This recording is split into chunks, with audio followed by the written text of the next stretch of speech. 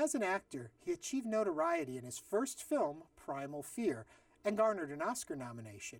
He followed that role with memorable and award-winning work in such films as The People vs. Larry Flynt, American History X, Fight Club, and The Illusionist.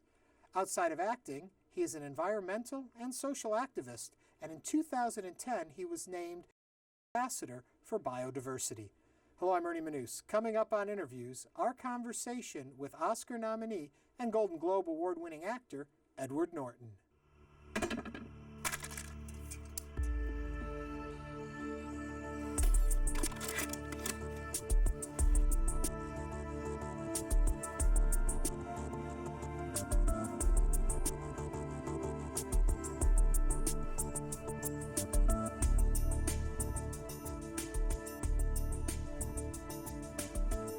When reading a script, how do you know it's right for you? I don't always, and in fact, this will sound really like ironic, but sometimes the ones that I don't think I'm right for are the ones that I end up thinking were the best experience. Almost to the point that I've started moving toward things that I have a bad reaction to at first, and that doesn't mean a crappy script, but right. I mean that I've learned that if I have an initial resistance, if I think I'm not right for this, I don't think I can do that, I'm not really sure that I do that well, and sometimes even I don't understand this, I don't understand what it is, that those can sometimes end up being the ones that you should do, because you're going to move into a zone of discomfort in a way, and it produces interesting work sometimes. Is there an Edward Norton style of film, or not really? I hope not. I mean, yeah. I hope not. It would be hard for me to.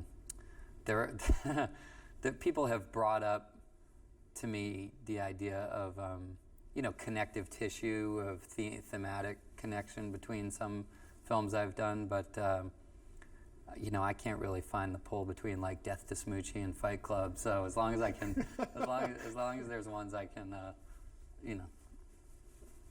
I don't think so. One time I went to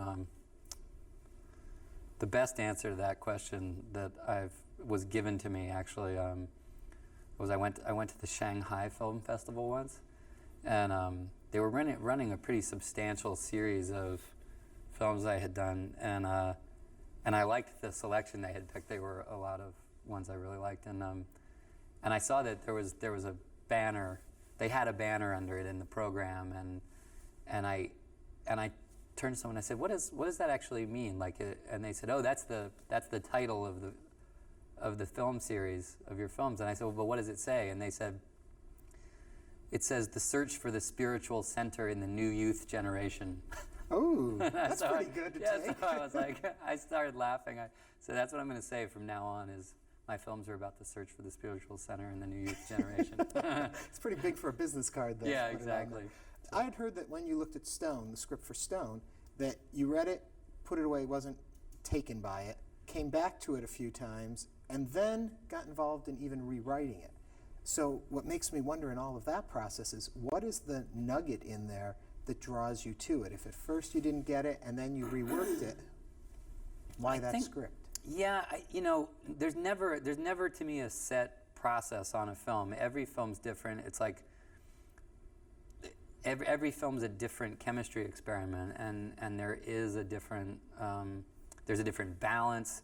Scripts come in at different levels of readiness and clarity, and directors have different personalities, and there's such a jumble of things that are involved in the collaborations on films, but films are always collaborations, so I can't say there's anything any pattern, but in this case there were two things. First off, I had made a film with John Curran, who directed The Painted Veil, and I so enjoyed working on The Painted Veil with him. I became good friends with him, but I admired what he did with the film. I had liked his other films, and I wanted to work with him again. And we had said to each other when we finished Painted Veil, let's keep an eye out. And this came through him. He became very fascinated by certain ideas in it, and he gave it to me first. And the first time I read it, I just didn't get it. I didn't see the depth that he saw in it. But because we're friends, so I gave him my notes. I wasn't saying to him like categorically like this is junk, throw it away. I just sort of wasn't quite where he was on it, and I gave him my thoughts. He went and did work. He started working on it, and he started challenging it and adding things and changing things, and then he brought it back to me. And there was this kind of process of back and forth over time, and eventually it got to a place where I started to have a sense that I knew what he was getting at more, and some other things. The other thing that happened was the economy tanked. And I know that sounds like a really weird thing to say, but all of a sudden some of the things that John was saying about the kind of film he wanted to make started to have a new level of relevance to me. I thought that he was getting at things that were very, very much at the heart of some of what our whole culture is going through, and that's a trigger for me, definitely. Whenever I get a sensation that a piece might really be digging around at the experience of the moment, that starts to become a big pull to me, because the films I've enjoyed the most and that have meant the most to me in my life, and the films that I've made that I think have achieved the kinds of things I got into films to make, I would say almost uniformly are ones that meet that standard. They are about the times that we're living in, and they're wrestling with what's difficult about the times that we're living in. So I read a quote that you had said, and I'm going to terribly misparaphrase it here, but where the films that are the most financially successful are not necessarily the films that people remember, and that the films that stay with us and become part of our fabric of our lives are those films that have something more to say. I think so. I think many of the films that any student of film would cite as the ones that had real impact or that became lasting documents, or really seen as art, are not the same as the list of the most successful films since 1970. You know what I mean? Right. That's not to say that some successful films aren't fantastic films. They are, but I think that it's not. To me, it's not the criteria that defines like what the long-term life of a film is going to be. And how do you balance out that struggle if you're Hollywood and you want to turn the profit, but you want, as an actor, to make the longevity? Well, Hollywood's an idea. Hollywood's a projection. Hollywood's an idea of an industry, but it's not some unilateral. It's not some beast. It's not some monolithic industry where everything we all do is somehow interacting with Hollywood. Stone, by way of example, was independently financed, and it's not. I wouldn't call Stone a product of Hollywood per se. It wasn't made by a big studio. It's not being put out by a big studio. So I think that and the world has changed in many ways that are positive, I think, for films. Because for eclectic films or artier films, or because DVDs and Netflix and now the internet, there's a film is able to sustain a life in a way that 30, 40 years ago it absolutely was not. And while we may not have what you had back then, where if Easy Rider becomes a cult hit, it can run for literally like 56 weeks or something right. like that. We have something equally potent and maybe even broader reaching, which is that like a film like American History X that came out and did, I think barely $10 million at the box office, which was considered fine because we made the film for so cheap. We made it for half that.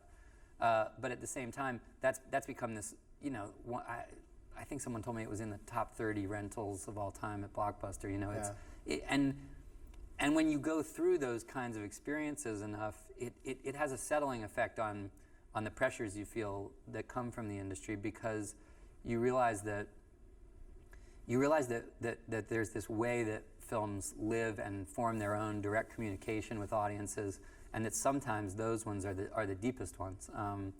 That the kind of the commercial distribution model is not the only way for a film to penetrate and become meaningful. And if you got into films to try to make some of those kinds of films, then it's good to know that. Is there a relationship between you and your body of work? Do you look at them in a... Because I see the way you talk about them affectionately, American History X, Death to Smooching. Well, I mean, to me, they're more reference points for things that I reference sometimes as a learning experience. Like you go through, you learn about the way people interact with films, and it affects how much you suffer from or feel liberated from kind of the commercial pressures. Yeah. But I don't really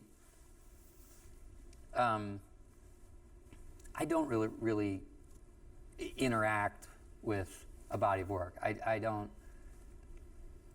don't make choices based on that, or and nor do I have like a goal for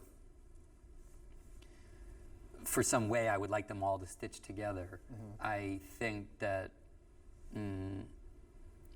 artists in many different fields that I admire are often ones who I think have had many chapters in their lives, have moved through different phases and periods of interest and focus, and to me acting primarily, but even filmmaking is one of the pleasures of it to me is that it's this incredible opportunity at like, it expands your life. You know, I mean, the things that I work on are this opportunity to go places and learn things and investigate other people's experiences, and you get this incredible insight into human experience and the breadth of it, and you get to learn all these details of strange worlds, and it has it's my absolute favorite thing about it. And I think if anything, I look at making films on a selfish level as an opportunity to just explore more of the world. Yeah. On a non-selfish level, what you're trying to do is recognize things that might be of value to other people and say, okay, we're going to channel that. I'm going to be the conduit for that, or I'm going to figure out how to share that out with other people. Yeah. Now take me all the way back, the beginning. 6 years old, first acting, something like that. Something like that. Yeah. I mean, I got interested in the whole thing in the first place through a babysitter of mine who was herself in her teens and in a drama program, and I think I saw her in a play, but in and around the same time, my parents were really into theater and film. They weren't actors or performers, but they attended things all the time. I even as a very small child, I remember my parents going to the theater, and I remember my dad pulling me over to watch Sunday afternoon films or something, and I was very caught up in the magic of all that. True or false? Just total side note. One of your grandfathers invented the concept of a shopping mall. Is that true? Yeah. I mean, that is true. My grandfather, my mother's father, was a very famous, not just a developer, but he was most famous in some ways as an urban planner and urban philosopher. He was one of the great thinkers on American cities and urban development, and I mean, people still teach courses about his thinking and writing on city planning, and but he was one of the first people to develop enclosed shopping centers, and I think he was credited with being one of the first people who referred to it as a mall. Yeah, and you grew up in one of his communities, correct? In Columbia, Maryland, yeah. That's cool. Anyway, back into the career. Just trying to find out if that was true or not. So, and then in your teenage years, you went to a drama club or camp. You know, it was really just it was a drama arts school that was run in our community. You know, it was like the same way that I took tennis lessons or like took guitar lessons. You know, it was like a thing I would go to after school. So is there a point where you realized, I can make a living out of this? This is something I can do career. I think it went through phases. I mean, when I was a kid, I really thought about you know, the movies and plays, and I don't know that I even had a sense of myself as wanting to be a professional. I just thought it was fun. In college, I kind of moved away from it all entirely. I thought about doing other things, and then got back into theater. But I was even living, you know, after school, I was living in New York, and I was doing other things entirely, but I kind of kept gravitating back toward auditioning for plays and writing a screenplay with a friend of mine. And it took me, I don't know, it took me a couple years to kind of admit to myself in a way that I was interested in it enough to actually try to do it professionally. Yeah. And then there was, you know, kind of that, I wonder how you do make a living, how do you make a living at this, or how do you get work doing this? And that took me a few years to. In there somewhere, Edward Albee comes into the picture. Yeah, Edward Albee is, you know, I think to this day, one of our greatest living American playwrights. I loved his work. I was, you know, a huge fan of his plays and of the films Who's Afraid of Virginia Woolf, and I auditioned for a play. He saw me in a downtown play I was in New York, and was very complimentary. Stayed after to say very nice things to me, and I found out about a new play that he had written that was being cast, and I auditioned for it. So that was one of my first. I think that was my first paying job as an actor. Did he direct it or just write it? No, he just wrote it. Just wrote it. I'm always interested in what he puts into his plays and what he gives to the actors to go and do the show. Is it just what is the written word? Do you find your character in it, Albee, or is there more explanation to them? I think, well, his plays are very diverse. So, you know, I mean, he's written plays about a pair of lizards that encounters a pair of humans on the beach. So I have no idea what his notes were to Frank Langella when he did that play on Broadway. But the play we did was very abstract. It was like, there's that Pirandello play, 6 Characters in Search of an Author. It reminded me of that. And he said interesting things to us about, you know, he said, look, I'm not looking for character other than you. You know, he said, if you are in the play, it's because I think you have a quality. That's what I want for that. So he kind of said, let's not tart it up too much. You know what I mean? let's not get too decorative. And I laughed at that. I remember thinking that was interesting, because I was so inclined to hide behind character somehow. And he kind of said, don't bother. And I wouldn't call it hiding, but what I see in your body of work now is that these completely separate, unique creatures you create. And I looking at your body of work, I can't tell you who you are as a person, because each one can be so different. And so it's funny that early on, the advice was just be you. Just for that play, I think. Just for that play, I think. I mean, interestingly, he saw me in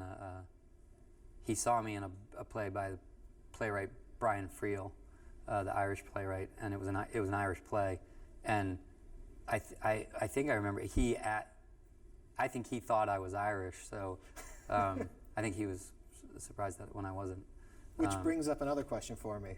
Primal Fear. I heard that when you auditioned, you convinced them you were Southerner, and well, I told half truths when I got engaged with that. I was always a believer that I still believe that it's very easy to puncture the bubble of illusion that goes on, and I think I never liked this. There was a thing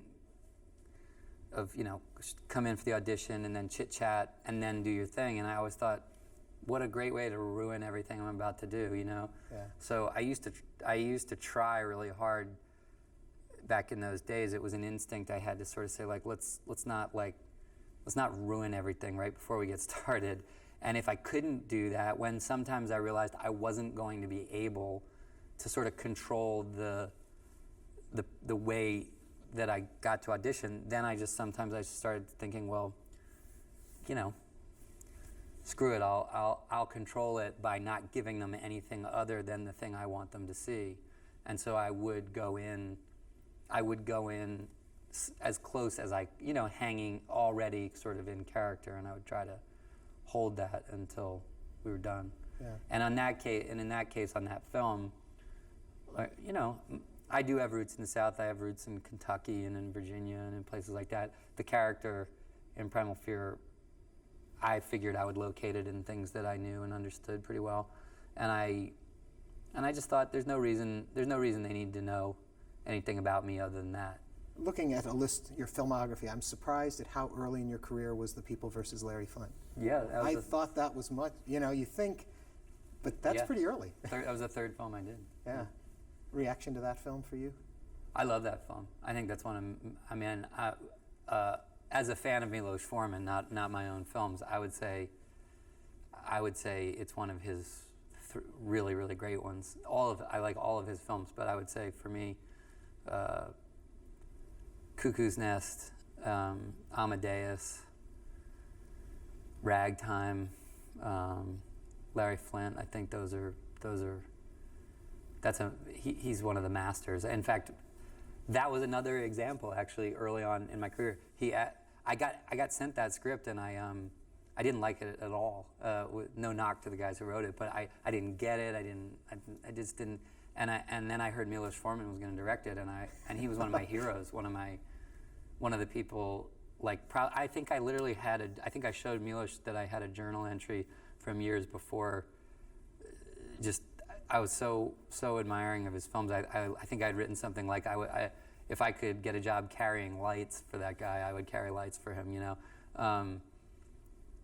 And I was so interested in what he saw in it, and it was another example of a director saying, no, just don't.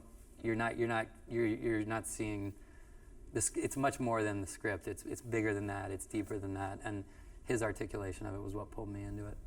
Another question I need to ask, another film I want to ask about. Most horrific thing I've ever seen in a film, and it still stays with me to this day, is the curb scene in American History X. Yeah. How do you get into a character such as that? Well, I think that for me, that film, a film like that, you have to have a very specific conviction that you're telling that story for a reason that's positive, and I don't even mean necessarily uplifting, because the film's not very uplifting, but I think David McKenna, who's my friend, and David wrote the script. David and I, in talking about it, we were very clear with each other that what we were going after was like a tragedy, and a film that made the point that there's a consequence to rage, to letting anger dominate your life. That anger has a corrosive and destructive effect, and if I didn't feel, you need to build out from a positive intent with a film like that. You need to say, like, we think there's value in looking at this, and yes, the character's really intense, but it's about a transformation and it's about complex themes. So I think that we knew that, the people who were making the film knew that, our crew knew that. So you create an environment of people who believe in what you're doing, and that gives you sort of the kind of private safety zone to get into the darker or more savage aspects of a character like that. We didn't make that up. I mean, we weren't trying to be gratuitous.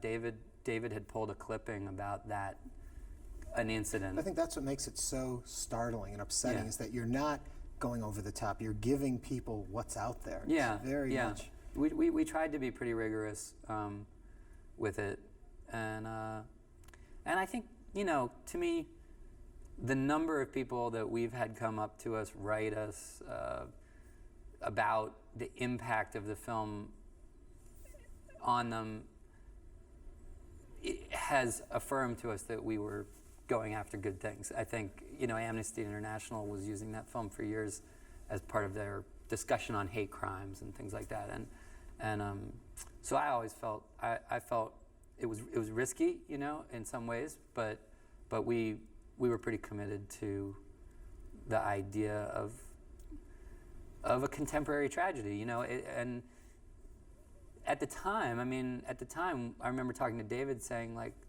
you know, Othello and Macbeth, and, you know, if you go back to like Oedipus, I mean, these are stories where everybody ends up dead. You know what I mean? They don't end. I'm going to end up dead if we don't end this now. This is where I'm going to frustrate the audience, because we've barely begun in your career and we're out of time. Thank you so much. No, Such pleasure. a pleasure. Yeah. Edward Norton. Thanks.